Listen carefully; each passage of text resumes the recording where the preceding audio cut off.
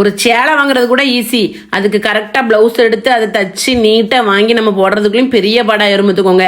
என் பிறந்த நாளைக்கு இப்படி தான் என் தங்கச்சி சேலை எடுத்து கொடுத்துட்டா ப்ளவுஸு கூஸ்லாம் எல்லாம் ரெடி பண்ணி முதல் நாளே வாங்கி வச்சாச்சு. எப்பவும் போல் நைட்டு 12 மணிக்கு இவங்க ஒரு மில்க் பேடாவை கொடுத்து விஷ் பண்ணுவாங்க சர்வால், அதே மாதிரி பண்ணிட்டாரு. அதோட சரி அதுக்கப்புறம் அப்படி போயிடுவார், ஒன்றும் வாங்கி தர மாட்டார். எல்லாம் என் தங்கச்சி வாங்கி கொடுத்துருவான்ட்டு அமைதியாக போயிடுவார். சாரி வாங்கியிருக்கேன் எதுவும் செஞ்சிருக்கேன்னா கேள்வியே கிடையாது, மூச்சே கடாமல் போயிடுவார். என் பொண்ணு எப்பவும் போல் வருஷம் வருஷம் அந்த டைரி மில்க் வந்து எனக்கு கிஃப்ட் பண்ணிடுவா. அதையும் வாங்கிட்டு, ஏன்னா எனக்கு அது ஒன்று தானே ரொம்ப பிடிக்கும், அதனால அவள் கரெக்டாக அந்த வேலையை பார்த்துருவா. அப்புறம் இந்த சாரி தான் என் தங்கச்சி வாங்கி கொடுத்துருந்தா, நல்லா இருந்துச்சு. நீங்கள் எல்லோரும் ரீல்ஸில் சொன்னீங்க நல்லா இருக்கான்னு ஒரு டைம் வேணால் பார்த்துக்கோங்கடே, அழகாக இருந்துச்சு, எனக்கு ரொம்ப பிடிச்சிருந்துச்சு. அப்புறம் இந்த சாரீ கொஞ்சம் காஸ்ட்லி, என்னையை பொறுத்த வரைக்கும் இது கொஞ்சம் காஸ்ட்லியாக சொன்னால் கேட்கவே மாட்டேன்ட்டா. இதுதான் எனக்கு பிடிச்சிருக்கு இதுதான் எனக்கு பிடிச்சிருக்குன்னு அடம் பண்ணி உருண்டு வாங்கிட்டா. நான் கொஞ்சம் இன்னொரு கம்மியான விலையில பார்த்தேன், அதுவும் நல்லா தான் இருந்துச்சு, அதை விட இது பெஸ்ட்டாக இருக்குது அப்படின்னு சொல்லிட்டு இந்த கலரும் நல்லா இருக்குன்னு சொல்லிட்டு வாங்கிட்டா. இந்த காம்பினேஷனில் இந்த ரெட்டப்பட்ட பார்டரில் வந்து நல்லா இருக்கும், வாங்கி நீ கெட்டிரு ஃபஸ்ட்டு டைம் கெட்டிப்பாரு நல்லாயிருக்கும் அப்படின்ட்டு வாங்கிட்டா. பார்த்துக்கோங்க, இந்த கம்மல் அதுக்கு மேட்சிங்காக வளையல் எல்லாம் இந்த 2 வாரமும் கடந்து அப்படியே உருண்டு எடுத்து வாங்கி வச்சாச்சு. இந்த கம்மல் நல்லா இருக்கா, என் காதுக்கு இது எனக்கு கொஞ்சம் சின்னதாக தெரிய மாதிரி இருக்குது, அந்த கம்மல் மட்டும் சின்னதாக தெரிஞ்சுது. அப்புறம் இதுதான் நல்லா இருக்குன்ட்டாங்க எல்லாரும் சொல்லிட்டு அதே போட்டாச்சு. ரெயின் ட்ராப் பேங்கிள்ஸ்னு சொல்லி இதுதான் ஃபர்ஸ்ட் டைம் போட்டு தான். பார்த்துக்கோங்க, இந்த கண்ணாடி குளிர் போடுறதுக்கே நமக்கு கொஞ்சம் பயமாக இருக்கும். அப்புறம் கொஞ்சம் என்னன்னா உள்ள போகுது பார்த்தீங்களா, மாய்ஸ்சரைஸ் போட்டு தள்ளியாச்சு, நம்ம கை வேற கொஞ்சம் குண்டு கை வேற, அதனால ஆனால் ஈஸியாக போயிட்டு 2 பக்கம் இந்த ஆன்டிக் வளையல் போட்டு இந்த ரெயின்போ வளையல போட்டு கலக்கிட்ட. பார்த்துக்கோங்க, நல்லா இருந்துச்சு, எனக்கு ரொம்ப பிடிச்சி. இந்த கலர் வளையல் போட்டு ரொம்ப காலம் ஆயிட்டு, இந்த மாதிரி பீங்காமலை எல்லாம் போட்டு. இவரோட கிஃப்ட்டை பார்த்தீங்களா, நான் சொன்னதுக்காண்டி ஒரு 4 ரோசாப்பூ அந்த மல்லிகைப்பூ கடையில் சும்மா ஃப்ரீயாக வாங்கிட்டு வந்துட்டாரா நம்ம தெரியல, அதை கொண்டு வந்து வச்சுக்கிட்டு ஹாப்பி பர்த்டே வீடியோ எடுங்கன்னு சொல்லிட்டு நான் கருப்பாக இருக்குன்னு சொல்லிட்டாரு. நான் என்ன செய்ய முடியும்னு சொல்லுங்க, இவருக்கு பெயின் அடிச்சா விட முடியும். ஆனால் எனக்கு வீடியோ போட்டாதடின்னு நான் நல்லதே இல்லை அப்படின்ட்டு வர போறாரு. அதுக்கு நான் என்ன செய்ய முடியும், நான் சொன்னாலே வீம்புக்கு போடும் பார்த்தீங்களா, போட்டுட்டோம்லா இருக்கிறதா வரும், அதுக்கு என்ன செய்ய அப்படின்ட்டு சரி நாங்கள் திருச்செந்தூர் போயிட்டு வரோம் அப்படின்னு சொல்லிட்டு கிளம்பிட்டோம். என் தங்கச்சிலாம் வரமாட்டேன்ட்டா, ஆஃபீஸ்க்கு லீவ் போட முடியாது அப்படின்னு சொல்லிட்டா. பிள்ளையில 2 பேரையும் நான் சாட்டு லீவ் போட்டு கூப்பிட்டு போயிட்டேன். அஸ்வினுக்கு முருகர் கோயிலெலாம் சொல்லவே வேண்டாம், ஹாப்பியாக ஒரு பச்சை துண்டை தூக்கும் தவளில் போட்டுட்டு கிளம்பிடும். அது எப்போனாலும் ரெடியாக இருக்கும், எத்தனை ராத்திரி கூப்பிட்டாலும் இருந்துச்சு நடந்து வாடாங்கன்னா கூட வந்துடும், அந்த மாதிரி ஒரு முருக பக்தர் அது. அப்புறம் என் தங்கச்சி ஆஃபீஸில் போய் அவளை போய் பார்ப்போம் அப்படின்ட்டு போனேன். ஏன்னா சேலை வாங்கி கொடுத்தவங்களுக்கு தானே அதை கெட்டி காமிச்சு அது சந்தோஷப்படணும். நான் கெட்டும் போது அவள் பார்க்கல, வரும்போது நான் குளிச்சுட்டு வந்தேன், அதனால் போயிட்டா. வேக வேகமாக போகணும், நேரம் ஆகிட்டு ஆஃபீஸ்க்கு. நாம் எல்லாம் நீட்டி நினச்சி வந்தோம்னா நினச்சி முடியும். அப்புறம் அவளை போய் பார்த்து காமிச்சிட்டு வந்தால் தான் எனக்கும் ஹாப்பியாக இருக்கும். முருகரை பார்க்க முடியும் கூட்டி நம்ம இவளை பார்த்து காமிச்சிட்டு போயிடுவோம் அப்படின்ட்டு வந்தேன். அது அங்கேருந்து நடந்து வருது பாருங்க, காற்றுல வேற இந்த 4 முடியும் அப்படி எப்படி பறந்து அசிங்கப்படுத்துது பாருங்க. நல்லா பின்னி போடுற அளவுக்கு முடி இருக்கா, முடியே இல்லை, இருந்துச்சுன்னா நம்மளை கையில் பிடிக்க முடியாது. ஆனால் 4 ரோசாப்பையும் அதிலே குத்திட்டு வந்துட்டேன். எனக்கு ரோஸ் பூவே பிடிக்காது, இது இவ்வளோ காலம் வலுதரமாக அவருக்கு தெரியாதா. எனக்கு அந்த ரோஸ் பூ கண்டா பிடிக்கவே பிடிக்காது. வீட்டில் வளரும்ல ஒரு நாட்டு ரோஸ் பூன்னு சொல்லுவாங்களா, அதுதான் அழகாக இருக்கும். எதுவுமே எனக்கு பார்க்க தான் பிடிக்கும், ரோஸ் பூ தலையில் வைக்கலாம் பிடிக்காது. அதை போய் கொடுத்துட்டார, வச்சுட்டு போன்னு சொல்லுதாருன்னு சொல்லி வச்சேன். கொஞ்சம் மல்லிப்பூ வாங்கி கொடுத்தானே, ரோசா பூ வாங்கி கொடுத்துட்டு நல்லா ஏமாற்றி விட்டுட்டு ஓடிட்டாரு. அப்புறம் அவளுக்கு கூட சேர்ந்து ஃபோட்டோ எடுத்தேன், நல்லா இருக்குன்னு அவள் ரொம்ப ஹாப்பியாக நான் பார்த்தோன்னே. ஐயோ அவளுக்கு வந்து என்னை அலங்கரிச்ச பக்கத்தில் அவ்வளோ ஒரு ஆசை, என்னமோ நான் இப்போ தான் சின்ன பொண்ணு மாதிரி.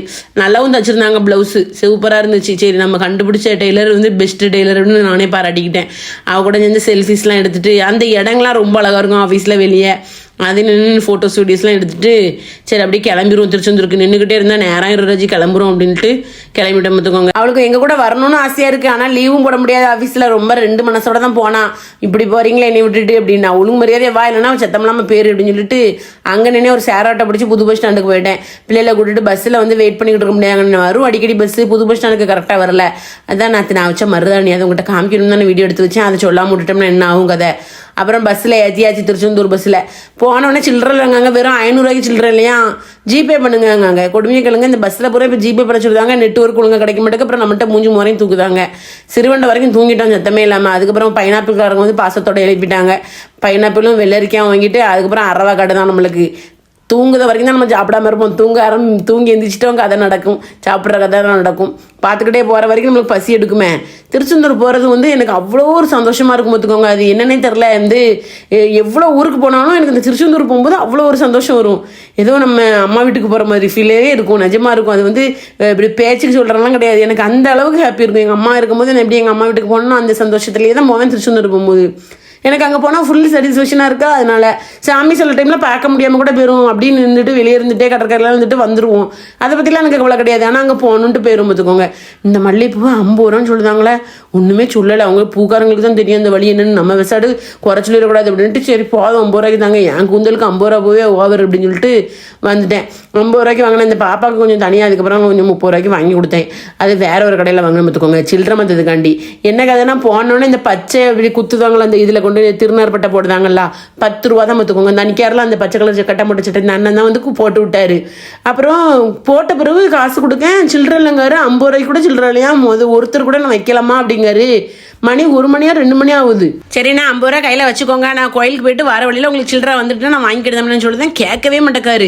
நடையர்னு கோயிலுக்கு போறீங்க, வேண்டாம் வேண்டான்னு கொடுக்காரு. அப்புறம் பக்கத்துல இருந்த அம்மாட்ட போய் பூ வாங்கினேன், முருகருக்கும் அப்புறம் பாப்பாவுக்கு ஒரு 30 ரூபாய்க்கு பூ வாங்கினேன். அது வாங்கும் போது எனக்கு ஒரு வண்ணத்து பூச்சி வந்து அதில் வந்து உட்காந்துருந்துச்சு. அது ரொம்ப சந்தோஷமா இருந்தது. முருகர் வந்து ஹாப்பி பர்த்டே சொல்ற மாதிரியே எனக்கு ஃபீல் ஆனிச்சு. அப்புறம் அந்த கடையில் சில்லறையை வாங்கிட்டு அதை போய் அந்த அண்ணன்ட்ட கொடுத்துட்டு 10 ரூபாய் கொடுத்துட்டு 50 ரூபாய் வாங்கிட்டு வந்தேன். ஏன்னா அவங்களுக்கும் ஒரு கில்ட் ஃபீலாகவே இருக்கக்கூடாது. இப்படி கொடுத்துட்டு போயிட்டாங்களா 50 ரூபாயா ஒரே ஒரு பட்டையை போட்டதுக்குன்னு சொல்லி ஃபீல் பண்ணிக்கிட்டே இருக்கக்கூடாது. நல்லா உழைக்கிறவங்கள கஷ்டப்படுத்தக்கூடாதுன்னு வந்துட்டேன். அந்த 50 ரூபாய் வாங்கிட்டு நல்லபடியாக தரிசனம், முதல்ல கோபுர தரிசனம் பண்ணுவோம். அருமையாக போய் கும்பிட்ட போகிறேன். எனக்கு என்ன தெரியுமா, அங்கே பார்க்க கூட்டமே இல்லையா, அது வேற சந்தோஷமா இருக்கு. முன்னாடிலாம் நடந்து போகும்ல, அந்த இடத்துல நெருக்கடியாக இருக்கும். ஒருவேளை மத்தியானம்னு கூட்டம் இல்லையோ, உள்ளுக்குள்ள கூட்டம் கிடக்குமோ அப்படின்னு நினைச்சேன். இலவச தரிசனத்தில் இப்போ தான் ஃபர்ஸ்ட் டைம் போகிறோம். அந்த இதெல்லாம் கெட்டி முடிச்ச பிறகு இது வரைக்கும் அப்படி பாதி தூரம் போவோம், அடைச்சிருவாங்க, இல்லைன்னா 100 ரூபா தரிசனத்தில் தான் போயிருக்கோம்.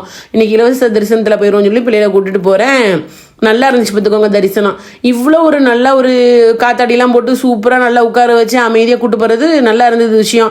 திருச்செந்தூர் மாதிரி இல்லை, எனக்கு இந்த திருப்பதிக்கு போனால் எப்படி இருக்கும் அந்த மாதிரி அடைச்சி போட்டு கொடுப்பாங்களா, அந்த மாதிரி இருந்துச்சு. நல்ல காத்தோட்டமான அறைகள் கட்டியிருந்தாங்க. எங்கேயுமே ஃபேனே போடலன்னா கூட அவ்வளோ காற்று வரும். 4 பக்கம் ஜன்னல் தான், சூப்பராக இருந்தது. அப்படி போட்டு கூட்டு போனாங்க. நல்லா கொஞ்சம் நேரம் ஒரு 10 நிமிஷம் வெயிட் பண்ணோம். ரொம்ப கம்மி தான் நாங்கள் வந்து வெயிட் பண்ண டைமு. ஒரு 3/4 மணி நேரம் தான் மொத்தமாக வெயிட் பண்ணியிருப்போம். இங்கே நாங்களே நிற்கிறது வைக்கிறது அவ்வளோதான். ரொம்ப சீக்கிரம் சாமி கும்பிட்டது நல்லா இருந்துச்சு பார்த்துக்கோங்க. அது இந்த மேலே ஏறி இப்படி போகும்போது இந்த கடலை பார்த்தீங்கன்னா எங்கேயோ நம்ம ஃபாரின் ட்ரிப் வந்திருக்கோமோல அப்படிங்கிற மாதிரி ஃபீலாக இருக்குது. நல்லா இருக்கு பாருங்களேன். நீங்கள் போனீங்கன்னா இலவச தரிசனத்தில் மட்டும் கண்டிப்பாக போங்க. அப்போ தான் நல்ல காத்தோட்டமாகவும் சாமி கும்பிட முடியும். கடற்கரையை பார்த்து ரசிச்சுக்கிட்டே போகலாம். சூப்பராக இருந்துச்சு பார்த்துக்கோங்க. கடலை பார்க்க கொண்டாங்கிற அழகு தானே அது, அழகாக இருந்துச்சு.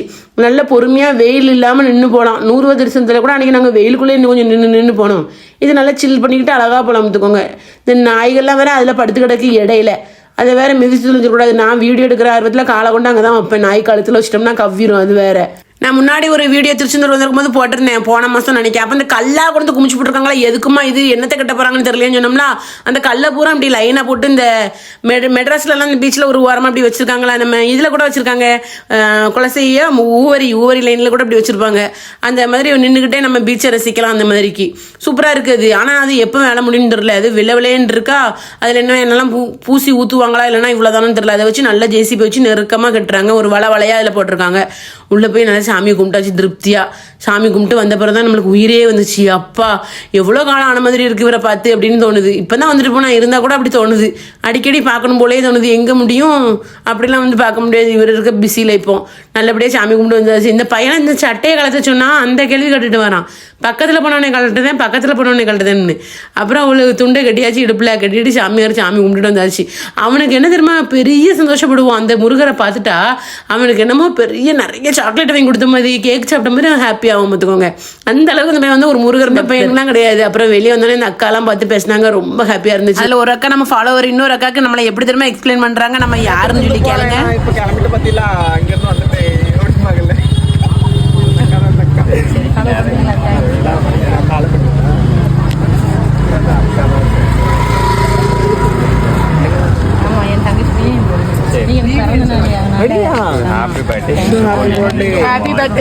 உண்மையே கூப்பிட்டு பேசுறதுக்காக மட்டும் தான் அவங்க கூப்பிட்டுருந்தாங்க. அதனால எனக்கு ரொம்ப சந்தோஷமா இருந்துச்சு. வேற மாதிரி நம்மகிட்ட எப்பவும் எல்லாரும் காசு கேட்பாங்க, அந்த மாதிரி அவங்க இந்த சிஸ்டர்ஸ் எதுவுமே கேட்கல.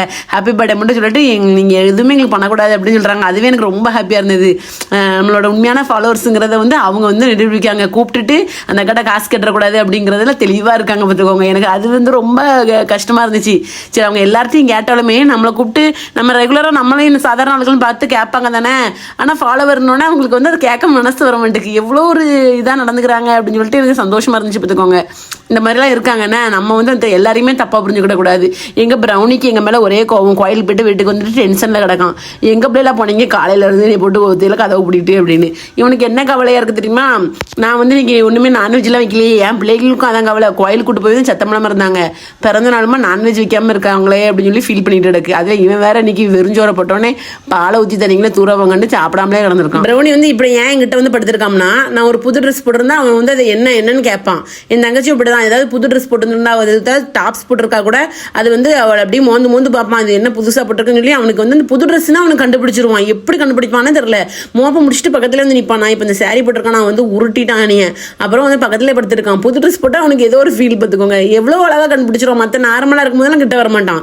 யாராவது நம்ம வீட்டுக்குள்ளே இருக்கவங்க புது ட்ரெஸ் போட்டுட்டாங்கன்னா அவங்கள சுற்றி மோப்ப முடிப்பான். அது மாதிரி இவர் எதாவது வெளியே கிளம்பினாலும் கூட இந்த மாதிரி புது ட்ரெஸ் போட்டுட்டாருன்னா பார்ப்பான்.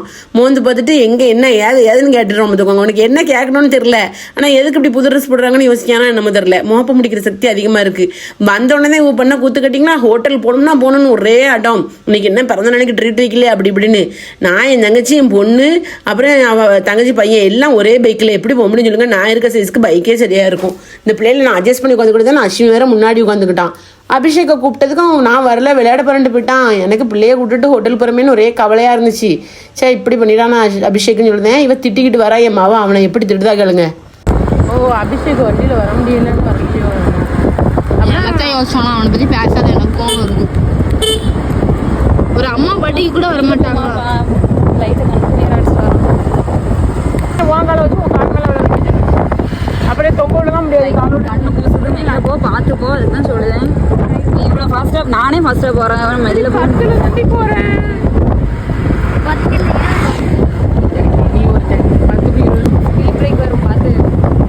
அம்மா எனக்கு இந்த ரோடு தெரியாதா? நான் அந்த ரோட்டில் டெய்லி வரமாட்டேன். அந்த பையனை கூப்பிட, இந்த பையனை அழகாக கூப்பிடுவான்.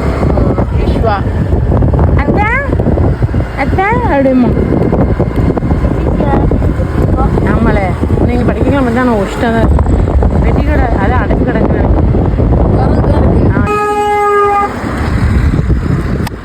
சரி போ.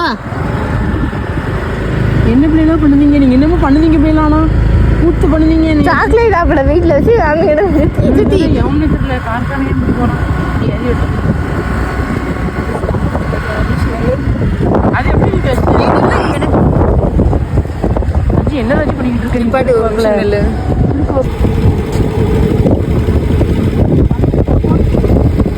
அபியா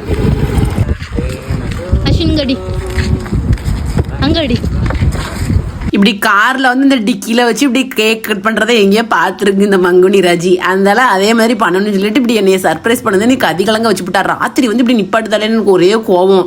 எங்கே வந்து நின்றுக்கிட்டு இருக்கு, யாருக்காருன்னு வர தெரியலையே இவளுக்கு அந்த மாதிரின்னு பார்க்க அவள் ஃப்ரெண்டை கூட்டு வந்திருக்கா கடைசியில். அப்புறம் அவங்களாம் கொஞ்சம் வீடியோவில் வரலை, அதனால் காமிக்கல. அப்புறம் கேக்கை வெட்டணும்னு சொல்லி ப்ரௌனிலாம் அவளோட ஸ்டாஃப் யார்ட்டையும் சொல்லி வாங்கி இது பண்ணியிருக்கா போல், ஆர்டர் பண்ணி வாங்கியிருக்கா. நல்லா இருந்துச்சு. பார்த்துக்கோங்க, ரொம்ப இந்த பிள்ளைக்கு வந்து ஏன் இந்த மாதிரி ஏன்ட்ட சர்ப்ரைஸ் பண்ணுது, நான் வந்து இந்த மாதிரி சர்ப்ரைஸ் ஆக மாட்டேன், எதுக்கு போட்டு பண்ணுதா அப்படின்னு. சின்ன பிள்ளைகளுக்கு பண்ணால் சரி, நம்மளுக்கு ஏன் பண்ணுறா அப்படின்னு பார்த்தா அவளை பொறுத்த வரைக்கும் நம்ம தான் சின்ன பிள்ளை போல என்ன பண்ணுறது. அப்புறம் இந்த பக்கியை பாருங்க நல்லா என் மேலே வந்து திணிக்கிறான். எம்மா க்ரீம் இருந்தால் நல்லா தடவி விட்டுருவேனே அப்படிங்க. எப்படி நானே 2 கோட்டிங் போட்டிருக்கேன் மேக்கப்பு, அதில் ஒன்று போடுவியா அப்படின்னு. அப்புறம் நல்லா இருக்குது சாரி அப்படின்னு சொல்லி என் ஃப்ரெண்ட்ஸ்லாம் சொன்னாங்க. ஹாப்பியாக இருந்துச்சு. இந்த பிள்ளைக்கு ஏன் இவ்வளோ ஒரு என்னோட பிறந்தநாளை வந்து ஒரு சின்ன பிள்ளைக்கு கொண்டாடுற மாதிரி வந்து கொண்டாடிக்கிட்டு இருக்காரு. நம்ம பர்த்டே வந்து முதல்ல கேக் வெட்டி கொண்டாடினதே என் தங்கச்சி தான். அது வரைக்கும் நம்மளுக்கு கேக்கும் கிடையாது, ஒன்றும் கிடையாது. இவளே வந்து வேலைக்கு போய் இவ சம்பாதிச்சு அந்த காசில் ஃபஸ்ட்டு எனக்கு வெட்டினா. அது வந்து பெரிய சந்தோஷம். பார்த்துக்கோங்க, சின்ன பிள்ளைக்கு கொண்டாடுற மாதிரி என்னை வந்து ஸ்பெஷலாக ட்ரீட் பண்ணி கொண்டாடுவா.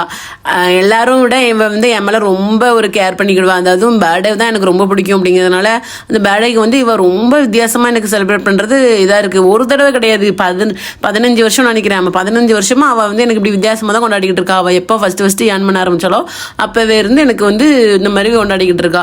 சாரி எடுத்து கொடுக்கறது எல்லாமே அவளோட சொந்த உழைப்பில் அவளோட காசில் தான் பண்ணுறது. ரொம்ப ஆச்சரியமாக இருக்குது எனக்கு அது நினைக்கும் போது. நான் இந்த அளவுக்கு கேர் பண்ண மாட்டேன். நான் வந்து இந்த பிள்ளைங்களுக்கு எப்படி வாங்கி கொடுக்கேன், அது ஒரு கடமை, அந்த மாதிரி தான் அவளுக்கு பண்ணுவேன். அவள் ஆனால் ஸ்பெஷலாக எனக்கு பண்ணுறா, சர்ப்ரைஸ் கொடுக்கணும் அப்படின்னு நினைக்கிறா. அப்புறம் பிள்ளைகளெல்லாம் ஹோட்டல் கூட்டு போவோம் அப்படின்னு சொல்லிட்டு ஹோட்டல் கூட்டு போயாச்சு. கொஞ்சம் தூரம் தள்ளி போனோம், எங்கள் ஊர் சைடு கிட்ட போனோம், புது பஸ் ஸ்டாண்டு பக்கம். அங்கே போயிட்டு நல்ல ஒரு ஃப்ரைட் ரைஸு, இது என்னது கிரில்லு, அல்ஃபாமு, பொரோட்டா, அது இதுன்னு எல்லாம் பெப்பர் சிக்கனு எல்லாத்தையும் வாங்கியாச்சு. ரொம்ப இந்த மாதிரி அள்ளி அடித்து சாப்பிட்ற ஆட்கள் கிடையாது. ஆனால் எல்லாம் வெரைட்டியாக சாப்பிடணும்னு சொல்லிட்டு வாங்கிட்டு அப்படியே எல்லாத்தையும் மிச்சம் மீதியெல்லாம் கட்டி கொண்டு வந்தோம். இதான் வேலை எங்களுக்கு போகிற இடம் போகிறான். எனக்கு இன்ஸ்டாகிராமில் வந்து அவ்வளோ மெசேஜ் வந்துருந்துச்சு. அதை நினச்சி எனக்கு அந்த ஹோட்டலில் உட்காந்து ஃபுல்லாக சாப்பிட கூட மனசு வரல. ஏன்னா அவ்வளோ விஷஸ் அதெல்லாம் வந்து பார்த்துக்கிட்டே இருக்கேன். எனக்கு உங்களுக்கு ரிப்ளை பண்ணவே முடியல. இன்ன வரைக்கும் கொஞ்சம் நல்லா ரிப்ளை பண்ண முடியல. நான் கொஞ்சம் கொஞ்சமாக பண்ணிக்கிட்டு இருக்கேன். சும்மா காப்பி பண்ணி பேஸ்ட் பண்ணவும் மனசு வர மாட்டேக்கு. ஒவ்வொருத்தரும் ஸ்பெஷலாக எனக்காக டைம் கொடுத்த மாதிரி நானும் கொடுக்கணும்னு சொல்லிட்டு கொஞ்சம் லேட்டாகவே ரிப்ளை பண்ணலாம் அப்படின்னு சொல்லி வச்சிருக்கேன். யாராவது இது பார்க்கும்போது வந்து இன்னும் நான் அக்கா ரிப்ளை பண்ணலன்னு நினைக்காதீங்க. கண்டிப்பாக நான் பண்ணாமல் விட மாட்டேன். எல்லா மெசேஜுக்கும் ரிப்ளை பண்ணிடுவேன். கொஞ்சம் நேரம் ஆகுது பார்த்துக்கோங்க, கையெல்லாம் வலிக்கு, திடீர்னு ஃபோன் ஹேங் ஆயிடுது. நீங்கள் எல்லாரும் ஒவ்வொருத்தவங்களும் எனக்கு அனுப்பியிருக்கீங்க, நான் மொத்தமாக அனுப்பணும் பார்த்தீங்களா, அதனால தான் லேட் ஆகுது. கண்டிப்பாக உங்களோட அன்புக்கெலாம் வந்து நான் என்னைக்குனாலும் இதே மாதிரி இருக்கணும், மாறிடக்கூடாது எப்பவும் அப்படிங்கிற நினைப்பிலே இருக்கேன். எனக்கே வந்து ரொம்ப சந்தோஷமாக இருந்துச்சு. சொல்ல முடியாத அளவுக்கு சந்தோஷம், கொஞ்சம் ஃபீலிங்காகவும் இருந்தது. ரொம்ப சந்தோஷமாக போச்சு பர்த்டே.